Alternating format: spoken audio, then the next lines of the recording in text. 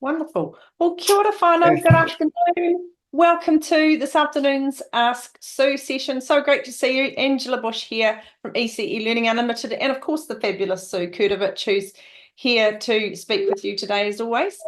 Just for those of you who this may be your first time with us, this is a very informal meeting that we host every second Tuesday to support our fabulous leaders and managers out there in ECE land, to support you with your compliance and your management and anything that's keeping you up at night. We're here to help you as best we can. So it's a Q&A session. We always start the session with Sue talking about a topic or an particular area of compliance, and then we open up the floor to answer any questions that you have. So please do feel free to post your questions at any time in the chat, and we'll make sure that Sue gets those questions. Today, we have got a couple of themes that Sue is going to be talking about. First of all, Sue does have a question from last session we promised to answer around Regulation 44A. So Sue is going to address that question. Secondly, touching a little bit on assessing and mitigating risk in ECE. And thirdly, which I know a lot of you are here for today, is to talk about the ECE regulatory review and what our fabulous minister started talking about the other day, and how we're all losing our adult toilets and we're all going to be sitting and squatting on children's toilets and all these terrible things that are happening. Not.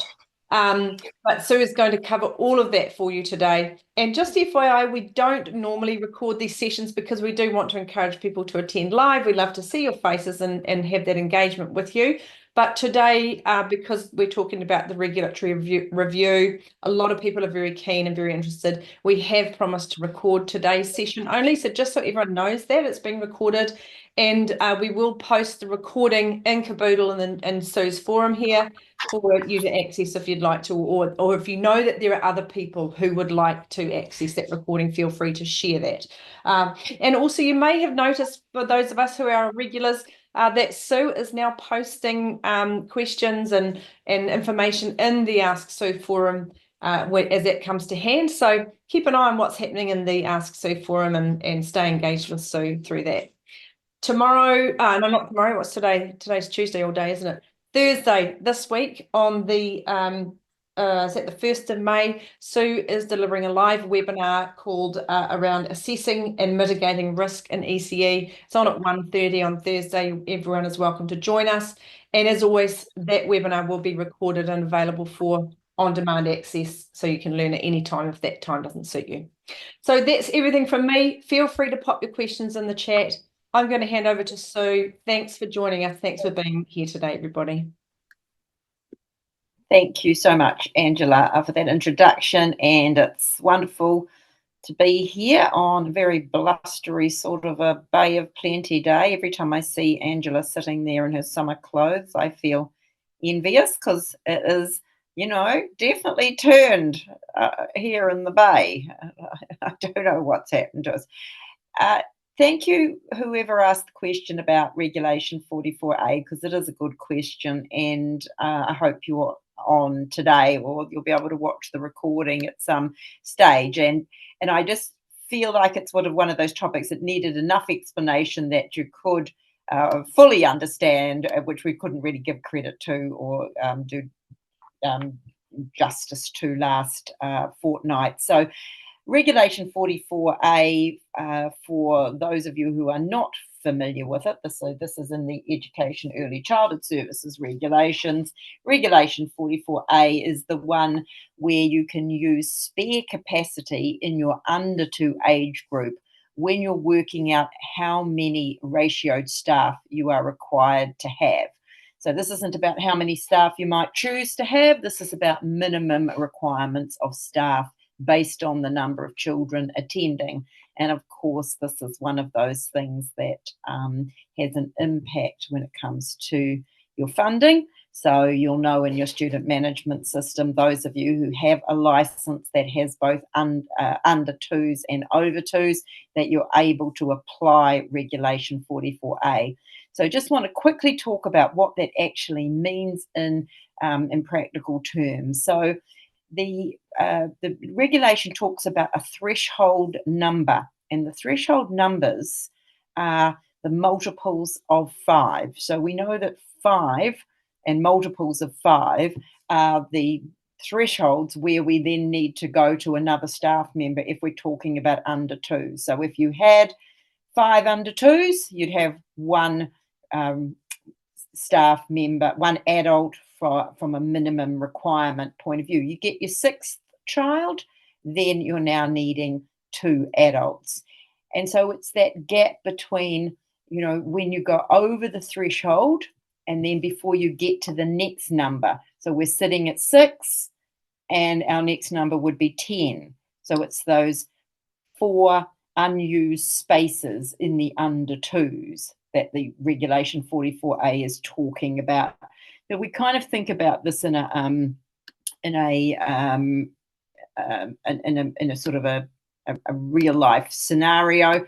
If you had 4 under 2 children attending and you had 21 children aged 2 and over attending, if you didn't apply regulation 44A, you would be having 1 adult for those 4 under 2s, and you'd be having 3 adults for your over 2s because you've gone over that number 20 and you've got 21. So you'd have a total of 4 adults for the purposes of your ratios if you're looking at your minimum standard. When you apply regulation 44A, and remember it's an option that's available to those of you with a mixed age license, then one of those over 2s can be counted in that spare capacity. So the 4, there's 1 spare capacity there to take us up to the 5, which is the threshold number. And that one child drops out of the over 2s and into the under 2s purely for counting how many adults we need from a minimum standard. So once we do that, that drops the number of over 2s down to 20, which drops the number of staff that are required down to 2. And we still just need the 1 for the under 2s because it's still sitting at now 5 because we've got the 4 unders and the 1 we've moved. And so we need 3 adults. So we've gone from needing 4 adults down to 3 adults for the purposes of Schedule 2 when it comes to calculating the number of adults we require. So that's what Regulation 44A is about. I'm going to post a couple of slides that I've prepared on that and put them up on Caboodle as soon as we finish here today, so that those of you that are interested in that can have a bit more in-depth look at it. But remember, 44A is only for mixed age licenses where you have under 2s, and it's an option. It's not a requirement that you use Regulation 44A. Okay. No questions on that, Angela? All good? Everybody's happy? So far, Sue, thanks so much. Okay, good. Right. Well, I think we'll launch into the regulatory review. And the reason I talked to Angela about this during the week because I was a little bit alarmed that people were going off on a bit of a tangent once we realised that, the pointy end of the regulatory review and the fact that the regulatory review is coming to fruition sort of seemed to suddenly hit people. And then they started reading some of the detail and, of course, then getting a little bit alarmed about some of the details. So I thought it would be a good chance today to talk about some of those things. And I certainly do not want to talk at you for the next, half an hour or more. I want to engage with you on this. I mean, I have my views on the regulations, and that's not really what this session is about.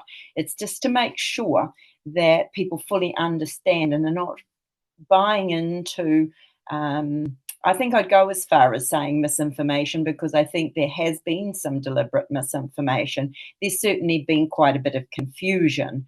And so I want to make sure that you are in a good position to make your own sort of critical assessment of what you make of the regulatory review based on good information. And I'm sure that some of you will have different views on some of the regulations to me, and that's all okay. We can all have different views, but it's important that we actually know what the regulatory review says. So where we're at now, I mean, the regulatory review was undertaken last year. There was a a substantial consultation period during the course of that, and there were many, many submissions made from parents, from service providers, from teachers, certainly from organisations. So there was a lot of opportunity to contribute to the regulatory review.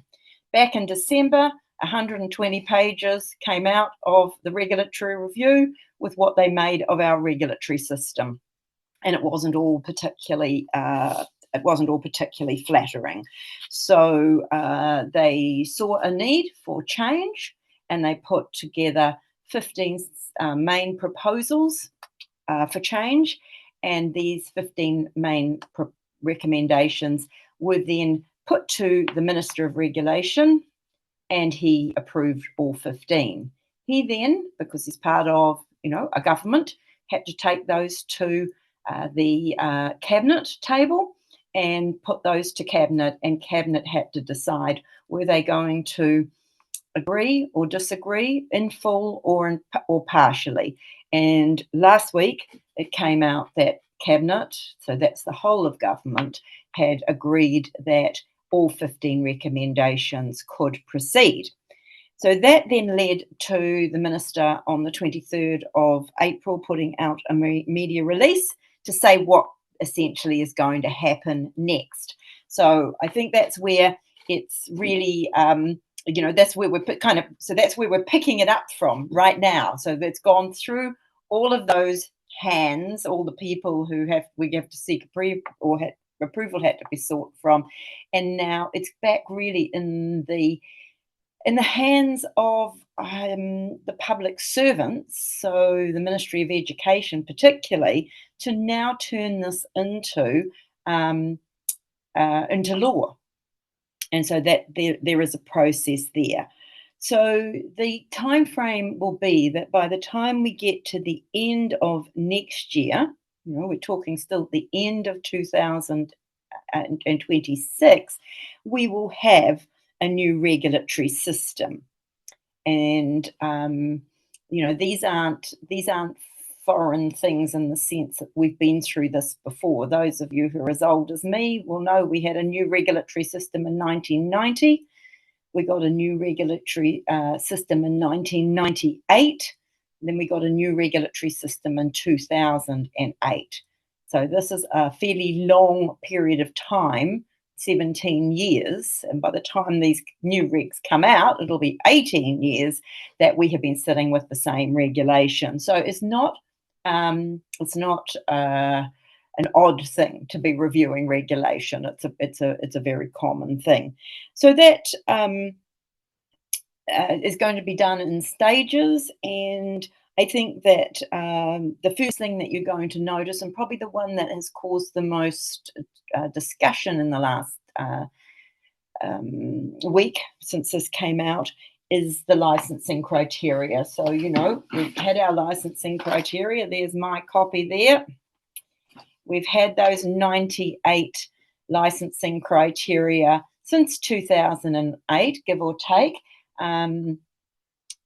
There have been none since 2008 that I'm aware of, but I happily stand corrected if I'm wrong, that have been taken away, but there have been others that have been added, and there have been some that have been amended during that time. Not a lot, but there have been some that have been added.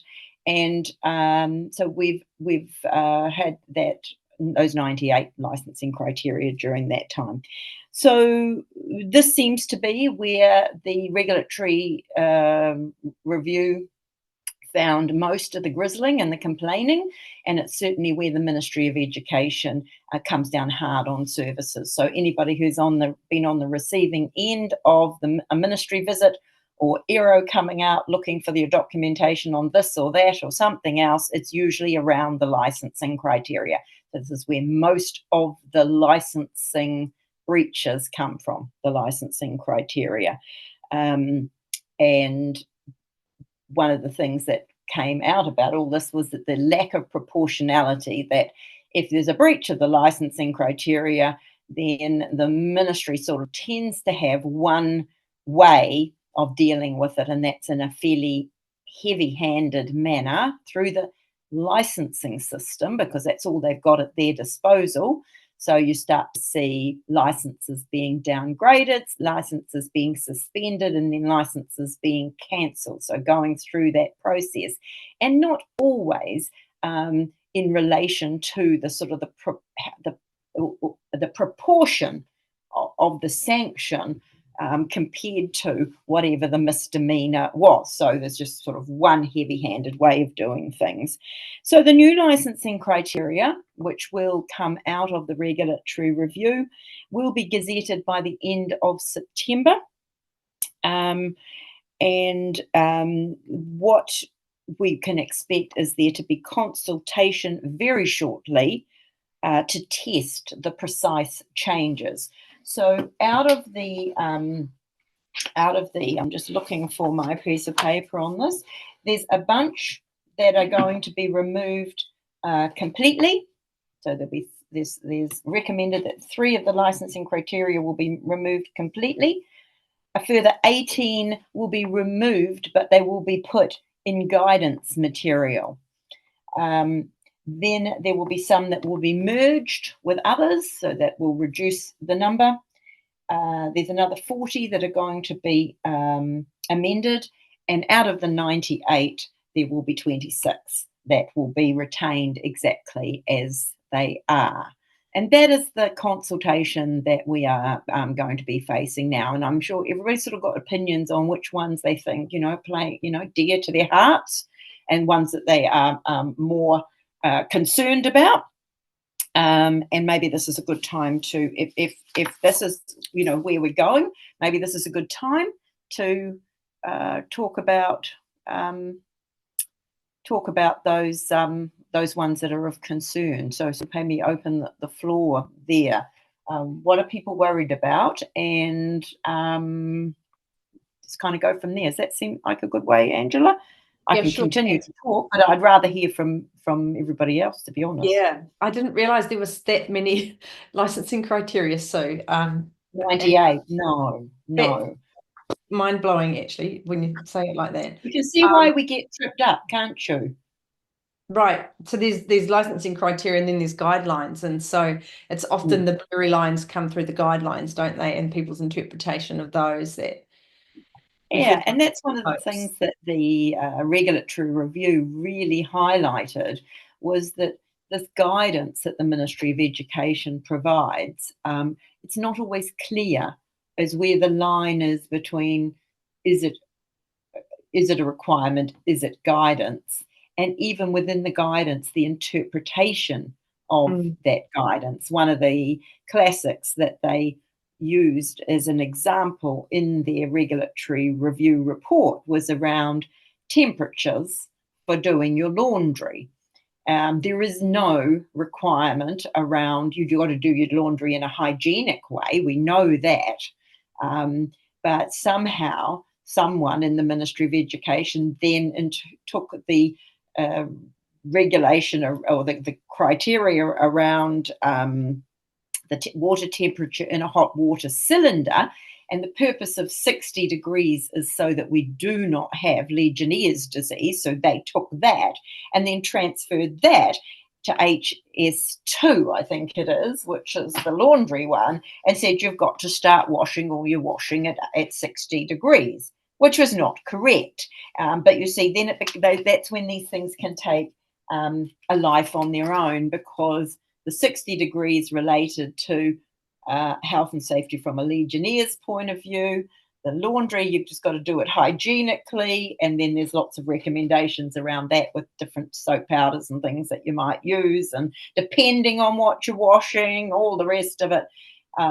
And then, of course, we've got the question of what the water that comes out of the taps to the children. And so, all of this somehow got all muddied together, and suddenly everything's got to be washed in 60 degrees, which is not what's meant to be there. So regulation that allows that kind of confusion is not good regulation, according to the regulatory review team. And I would agree with them, because, I get people telling me things like that all the time. I've been told this, somebody else has been told something else. And so it's not good regulation if we do not have consistency. And it's not good regulation if we have disproportionate sanctions Somebody's forgotten to put a date on some interview notes, and the next thing they're on a provisional license. And if you think that doesn't happen, well, I can assure you it does happen, because I've very much seen these cases. So it's about proportionality. So it's one of the things I'm pleased to see will be coming, that the ministry's view, the way the ministry is trained and the way the ministry behaves will be a little different. So just everyone, if you've got questions or comments, please do feel free to jump in. This is a meeting, a chat meeting, so you're very welcome to jump in and share your queries, questions, concerns, while everyone's having a wee think about what they might want to pop into the chat. So I have a question for you. There's a few other questions here, by the way, that aren't related to the regulations. Sure. They're about other things, but from your personal opinion, Sue, and what you see in the regulatory review, do you feel like it's going down the right pathway? Do you feel in general we're going to come out better off at the other end? Yeah.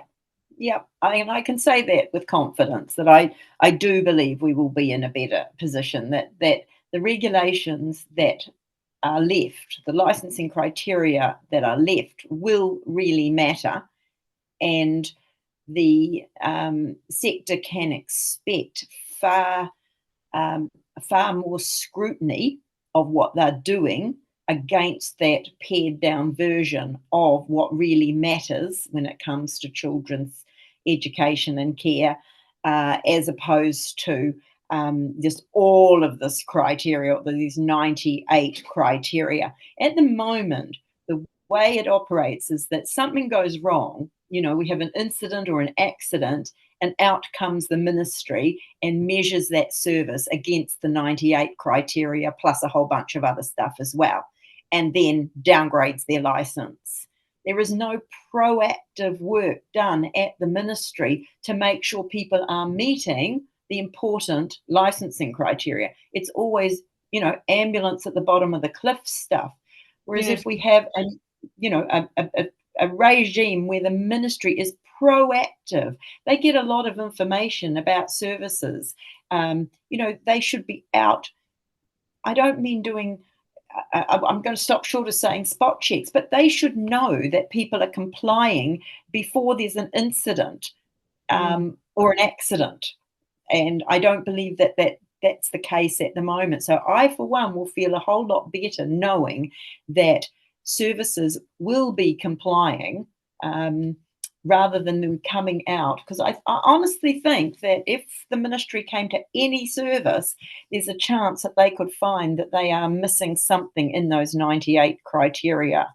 I just about say, you'd have to be pretty jolly onto it to not have something missing. And so we have to kind of get it back to what's important for children. This is licensing criteria for children, and there's a whole bunch of other regulation for adults. There's the Health and Safety at Work Act. There's the Employment Relations Act. What we've ended up with in the licensing criteria is a whole bunch of stuff that's not about children. The fact that you need a disciplinary procedure in GMA 7 is just ridiculous, because that's already in the Employment Relations Act.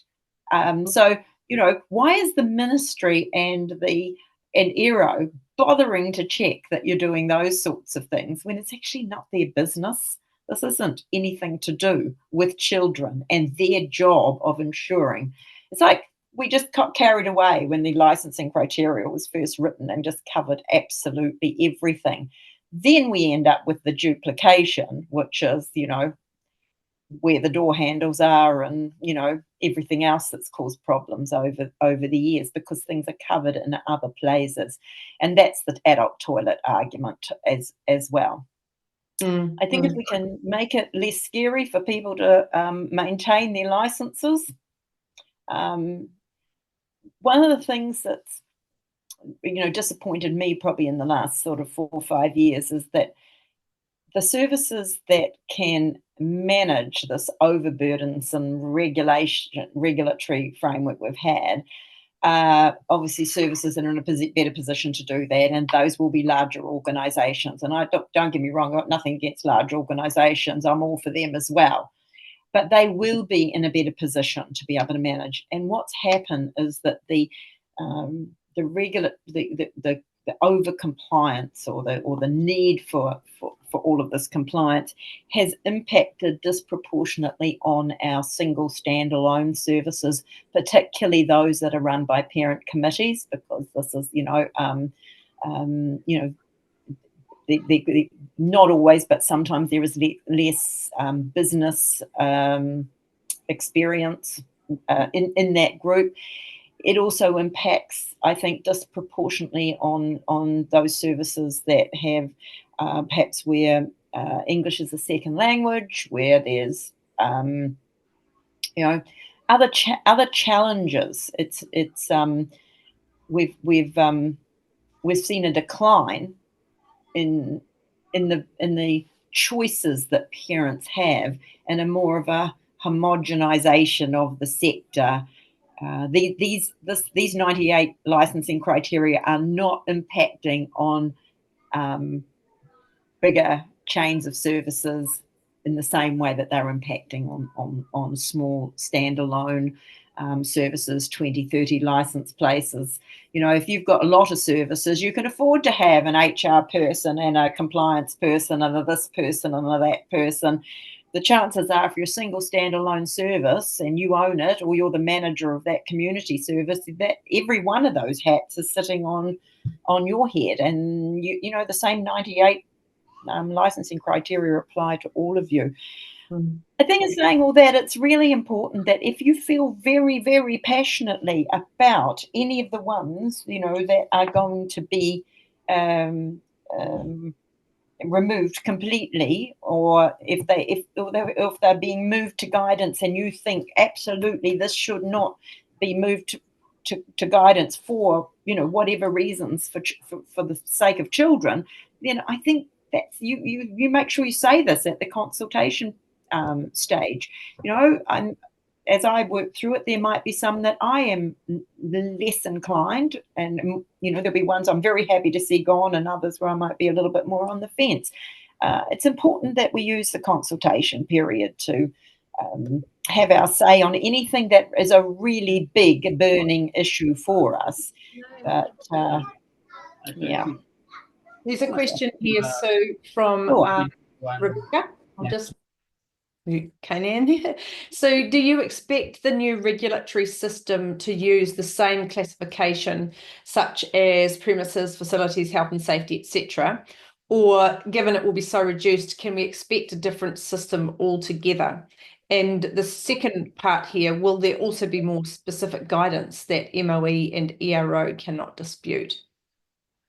Yeah, I think whether they go down the road of I think they'll still have to have the licensing criteria in the categories, because that's the way it's set out in the regulations, and so they'd probably have to have a regulatory change first. So to change, regulations take longer to change. Changing the act takes even longer. Changing the criteria is the quickest. And so without changing the regs, I don't think they could change the categories. And I don't think it'll be fundamental to the, to the end outcome. But whether it's still called PF and C and HS and so on, I don't know. I haven't seen any draft of those things. What was the second part of that question? Sorry. And do you? Oh, sorry. Just go back to it here. Sorry. Will there also be more specific guidance that MOE and ERO cannot dispute? Yeah, I think that's exactly what it'll be, that any time guidance is issued, there will need to be clarity around, is it guidance? Is it, this is how it has to be done? And that there has to be a shared understanding between ERO and Ministry of Education, because that's absolutely one of the things that's in the 120-page report, was the fact that ERO is charged with the responsibility of going in and assessing compliance, but they have no ability to do anything about what they perceive to be non-compliant. So then it goes to the Ministry of Education, and they have a different view of whether or not that thing is non-compliance or not. Now, that means we've got really bad regulation, if that's the case. If the two agencies closest to this cannot agree on the interpretation of the regulation, then it's not a good regulation. So that has been highlighted in the report, and there certainly seems, I think what we're seeing is this front end, which is the front facing stuff to the sector, the 98 criteria being, reduced, to, well, I don't know, what are we talking, amending them? So 40 are being amended and 26 are being retained. So that's down to 66. So we're getting rid of a third of them there, aren't we? So, we're seeing that front end of this. And what we're not seeing is also in the back room, the ministry are having a big shake-up as well. If you do ever feel inclined to read the 120 pages, any of you, you will get a real sense that the ministry did not come out of this review looking very good, from the way that they've treated the sector. We moved from having quite a high trust to, over the last period of time, probably starting when they started doing guidance on top of the licensing criteria. I'm trying to think, when did it start? That the guidance just constantly adding. You pick up a circular, there's a bit more guidance. Oh, look, I didn't know that guidance was there. There's another surprise, a little bit more guidance. That reducing the trust that the ministry had in our sector. We went from, there was some trust, to where we were by the end of last year. There was no trust. And then I think that sort of then goes into the minds of the sector and the mindset of people in the sector, that unless the ministry tells us exactly what we've got to do, we don't know what to do. We don't know what to do. Oh, I don't know whether to put an adult toilet in or not, because the ministry hasn't told me whether I can or not. The ministry doesn't tell us, a whole bunch of stuff that we still do because we know that it's good for children, and we know that it's good for our organisations. So you don't have to wait for the ministry to tell you stuff, but there seemed to be a bit of a sense that as the ministry compliance grew and grew and grew and grew, then our ability to have our own faith and trust in ourselves to make good decisions for children and families and our staff, that was starting to go as well. I think we should ask the question, can we be trusted to make the best decisions for your organisation and the community that you serve? And I'd say that I think you can. I think you can. Of course, there's always going to be some things that need to be regulated, but it started to feel like we're regulating everything. There's nothing in the regulations that says you have to have somewhere for your staff to be able to go and have their lunch and use when they're not, a space where they can go and retreat to when they're not working with children. There's nothing sort of in there about that. But, most of you have provided a staff room, but the regulations didn't tell you needed to, but you still did it because it was the right thing to do. So I think we our own confidence in doing the right thing has been eroded. That's how I feel. You know the right things to do, and you do the right things. But I'll tell you another little story about a centre in Christchurch who told me, now they were over complying because they had someone in the sleep room until all the children were asleep, which is lovely. And now that centre was non-compliant because they didn't start recording their sleep times until the sleep room teacher left the sleep room. Then they started recording them. So by over complying and keeping someone in the sleep room and then not writing something on a piece of paper, they got a non-compliance, and that's in the ERO report under health and safety. Now, that tells you that the regulations are a complete and utter ass, because you've got somebody providing a more safe environment for children and getting a health and safety non-compliance. And that's just, to me, these are examples of when we've got it so hardwired exactly how it's got to be. You must do your 5 to 10 minute sleep checks. Now, you should be making sure that children are safe when they're sleeping. And they're healthy and safe while they're sleeping. Now, if you do that by having someone in the sleep room, you don't need a piece of paper as well. Don't get me started on some of the mad things that have happened. So Jackie said the same thing happened to them regarding sleep checks last December when they were reviewed by ERO. Yeah. And this is I think we should be able to trust ourselves to do the right thing by children. And if that's in a different way, this is where guidance. It's no longer guidance, is it? This is it's 5 to 10 minute sleep checks being documented, because whoever wrote that licensing criteria didn't imagine the service that was going to over comply and keep someone in the sleep room. So I'm just mindful of the time. We've got a few questions here. Other questions, additional questions that are actually not relating to the ECE regulations. So I'll go ahead and share those with you. If anyone does have any further thoughts or questions about the regulations, then you are the regulatory review, very welcome to post those in Caboodle for Sue to answer at a later time. So if I could just go on to these questions. Prasanna has asked regarding eczema cream provided by parents under category 3. Do we need to record each time this cream is applied and teacher witness parents to sign? I think off the top of my head, the answer is going to be yes. So they need to fill in the medication form for category 3. So you've got a, is it an as and when required one, I presume? Anybody else? Somebody else out there probably might be able to answer that. I'm pretty sure yes, because you're applying it, aren't you? It is a...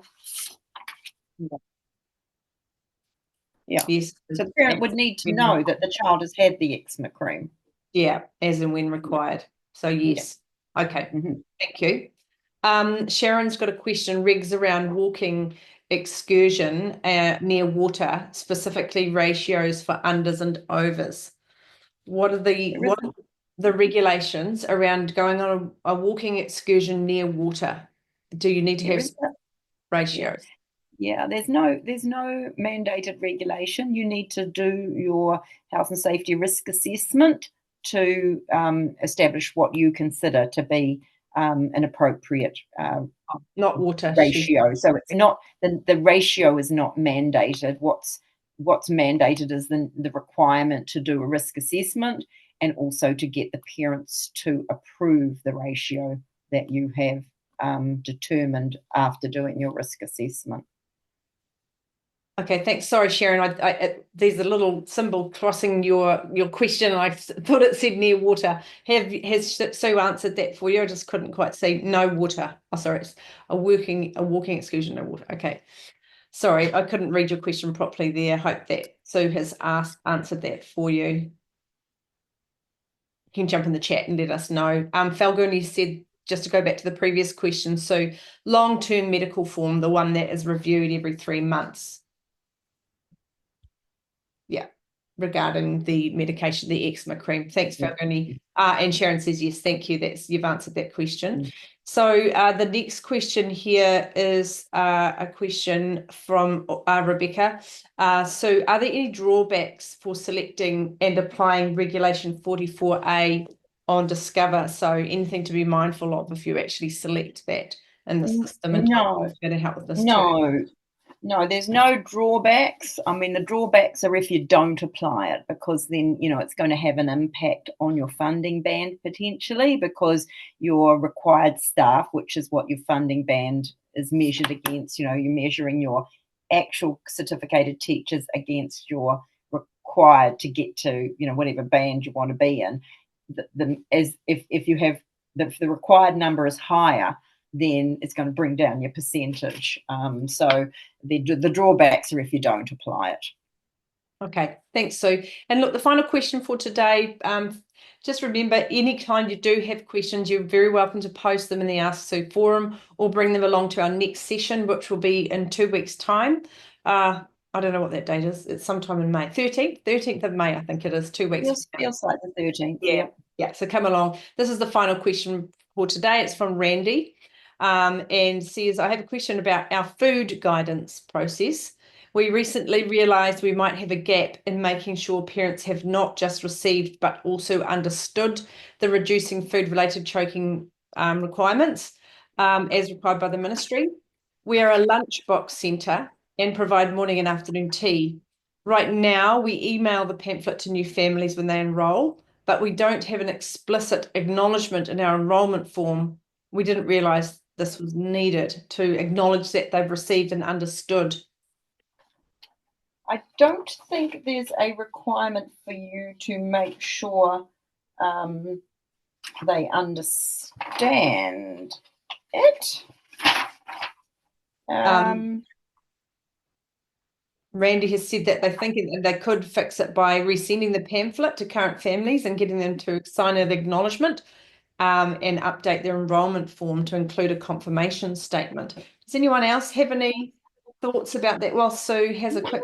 Yeah, do other centres have a request a confirmation that they've received and understood the requirements? Does anyone have that in their enrolment form or any other kind of confirmation? You can jump in the chat. Prasanna has it in their enrolment form to confirm that they've received or understood. Annabelle's saying that ERO pulled us up on this and we now have it in our enrolment form to confirm. That they received it. So is the question, is it ERO wanting evidence that you gave them the information, or ERO wanting evidence that the parent has confirmed they understood it? Can I just be clear on that? Yeah. So Jill is saying they have that in our both in their enrolment form, both received and understood. Beck is saying we've just had ERO and they were happy that we provided the pamphlet in the enrolment pack. We had no confirmation documentation. So perfect. Yeah, look, Beck, that's exactly what I would expect. HS 19 only says that where food is provided by parents, the service encourages and promotes healthy eating guidelines. Now, you could run a quarterly parent information evening on how to prepare food, and you could have your mandolin slicing up your apples while you're there if you wanted to. It just says you need to encourage and promote. It doesn't say you must give them that specific pamphlet, but somehow you need the information around healthy eating guidelines to be something that is provided to parents. So I'm looking at this one, and it's one of the ones that they're going to retain, the food and drink. Okay. The licensing criteria. Randy, I am not aware of any requirement that says you have to be able to then show. It's not like an excursion where you've got all those parent signatures to say, yes, I approve the ratio and say my child can go on the trip. Your job is to promote this, not to be, you don't become the police when it comes to healthy food, but you're there to make sure, it's a opportunity for you to promote healthy. Yeah, Randy said they saw in 1822 where food is provided by parents, the service promotes best practices as set out in the Ministry of Health's guide and must provide to all parents at the time of enrolment a copy of the pamphlet. And it states provide a copy. That doesn't say and confirm that they understand. So but Prasanna's. No, I think confirming that they understand this is a really classic example of a a regulator getting carried away with their own regulation. And I would absolutely be sure that if Eero put that in as a non-compliance, that couldn't show the evidence that the parent understood it. I mean, how could you even provide that evidence? How do you know what somebody's understood? And then it went to the ministry. I don't think the ministry are going to come out and say, "Oh gosh, that's a non-compliance under HS22." So, yeah, thank you, whoever mentioned that about HS22. Yeah. Yes, I was working my way through that. Yeah. Provide it. This is how we provide it. We send it out. It's it goes out via Story Park. It goes whatever. That's it. Done. Yeah. Okay. Got it. He says, thank you so much. All right, everybody. I think that's the end for today. Thank you so much. Great questions. Thanks for joining us as always. And look, if anybody has any thoughts about the, and concerns, because it's to me it's about making sure that you fully understand what's happening with the licensing criteria, that you do still have an opportunity because if any of those ones that are going really worry you, put your thoughts into the consultation as to why they're really really worrying. If anybody wants to contact me separately, then I'm very happy to talk about that as well. And just go cautiously about where you get your information from on this. I think the headlines have sort of died down now. Everybody realizes no one's coming to take their toilet away, so we're all kind of good on that. The other thing I think I want to just mention is there's no mention here of taking money away. There's no mention of taking any funding away, and I've seen that mentioned on a few sites as well. There is no sense of taking away any funding that I've seen. This is not a funding review. This is a regulatory review. The funding review the terms of reference haven't even been finalised yet. So there is no question that this is taking money away. So just resist the temptation to buy into those sort of catchy posters that people are floating around with. And if you want to question me on it, so they've actually just put money back in our pockets for those of you who are paying for teacher registrations. Yes. You've just had some money put back into your budget. So that's right. That's a nice little and win. I think it was really interesting yesterday too that the Minister of Finance, Nicola Willis, did give a speech and talk about there's a whole lot less money because, of the trade war that's going on with the US. So there's even less money, new money for government departments. And she singled out education and health as ones being not going to be losing any money in the budget round, but pretty well, I think, so defence, education and health, and there might have been one other I can't remember off the top of my head, not losing any money at the moment is a win. Yeah. And the fact that 53 million was given yesterday is an even bigger win because there is no money. And all the other government departments are having to cut back their funding. And education, health, defence are not being asked to cut back. And I think that will be considered a winner if we don't lose any money. Wonderful. Do you know when it comes to effect? It was the 1st of July, wasn't it? July, yeah, 1st of July. Yeah. But everybody will get one round, so don't worry. I know some people thought, oh, well, I've just paid mine, drat, but it's going to be for a whole cycle, so you'll still get your one round. And who knows if it works well and things are good, it'd be one of those things we could advocate to keep, couldn't we? They do it for 3 years, then let's see if we can get it entrenched in. A fairly big part of the budget if you're paying for your teacher's registration, even if you're paying part of it. It's a reasonable chunk of your budget. So feel free to redirect that to professional learning. I happen to know where you get some. Absolutely, yes. Anybody that wants to continue to invest in a good way to be able to then reinvest that money into the teaching team. I agree. I think that's a really good idea. But yeah, I am more than I do not want to go through those criteria one by one because we'd be here till next week. But if anybody's got anything really burning on any of them in particular that's really worrying them and you want to email me or put up a question on Kaboodle on my Ask Sue, that would be the best place because then everybody can talk about it. But I'm not. I'm I'm comfortable that we will expect to see improved behaviour from the Ministry of Education.